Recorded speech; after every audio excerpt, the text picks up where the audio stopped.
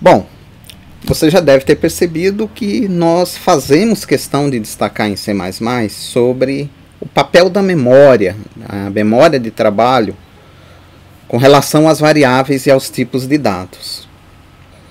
E isso tem a ver também com registros. Então você já deve ter se perguntado: tem similaridade com vetores, a forma de armazenamento de um registro? Com vetores, as posições dos vetores são colocadas em sequência contínua. Então, os dados são armazenados sequencial, ou seja, um após o outro, e continuamente. Não tem um espaço entre uma posição e outra do vetor. E com registros? Né?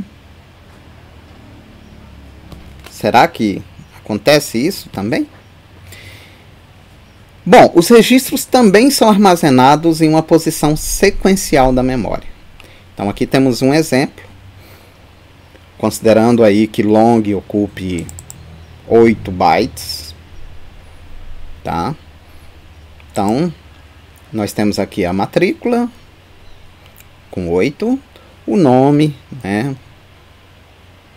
com 10 bytes, na sequência mais 10 bytes para CPF, entrada, 1 byte, e aí mais 8 bytes para curso.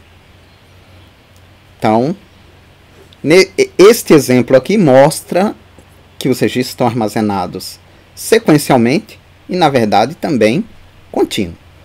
E contínuo de acordo com a declaração. Então, se eu inverter a ordem aqui nessa declaração, a posição na memória também muda. Então, isso é bastante importante ter-se em mente. A forma como os dados estão na memória dependem da forma aqui da posição que eles estão declarados. Mas nós podemos ter alguns problemas, certo? Ou a alocação sequencial de registros, vir um após o outro, sempre acontece. Mas será que sempre acontece a alocação contínua? Bom, vamos pensar num caso mais simples aqui. Eu tenho 2 char e um long. Então, essa aqui é uma representação possível. Né? Tá sequencial e contínua. Mas para o hardware, isso não é nada bom. Não é nada bom mesmo. Por quê? Porque os sistemas computacionais modernos, e aí vai desde hardware e sistemas operacionais, eles geralmente trabalham com uma quantidade de bytes na memória, que é o que chamamos de word ou palavra, que é essa quantidade que ele está acostumado a trabalhar e que ele trabalha de uma maneira mais rápida e eficiente. E aí quando a gente fala que um sistema é de 32 bits ou de 64 bits, nós estamos falando justamente disso.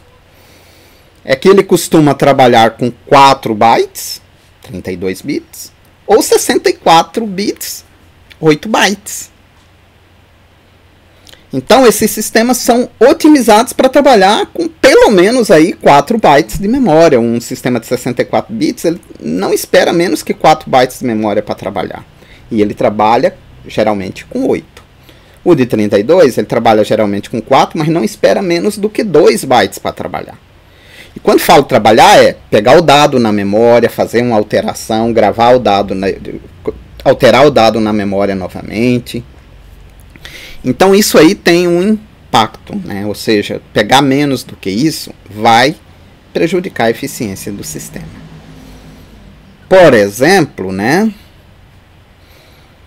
Tipo e opção, que são 1 byte apenas, eu não tenho muita alternativa. Mas percebo o que vai acontecer com o valor se eu estiver lendo 4 bytes por vez. Eu vou ter que ler esse trecho, depois ler esse trecho, depois ler esse trecho. Para ler 8 bytes eu precisei ler 12. Em 3 leituras. Isso não é lá muito eficiente. Não mesmo. Então, os compiladores, eles podem inserir espaços vazios entre os campos. E aí esses campos não vão mais ser contínuos, vão estar em sequências, mas vão ter um espaço entre eles. E é uma técnica que chamamos de padding. Você pode desabilitar isso no seu compilador, tem diretivas para o compilador para evitar isso, se você não quer. Mas isso vai ser feito normalmente, caso você não informe isso. Então, eu vou ter essa situação. Tipo, opção, 2 campos vazios e o campo valor. Percebam que agora, para eu ler valor, eu preciso de apenas 2 leituras se eu estiver considerando 4 bytes. Se for 8 bytes, uma leitura basta. No anterior, se fosse 8 bytes, eu ainda assim precisaria de 2. Então, essa é uma forma muito mais eficiente para eu poder ler o campo valor. Para ler tipo e opção, eu vou uma leitura só basta, então aqui está tranquilo. Mas então, essa representação é muito mais possível de ocorrer do que esta. Então, registros são armazenados de forma sequencial na memória, mas não obrigatoriamente de forma contínua, pois eles podem ter padding. Tá?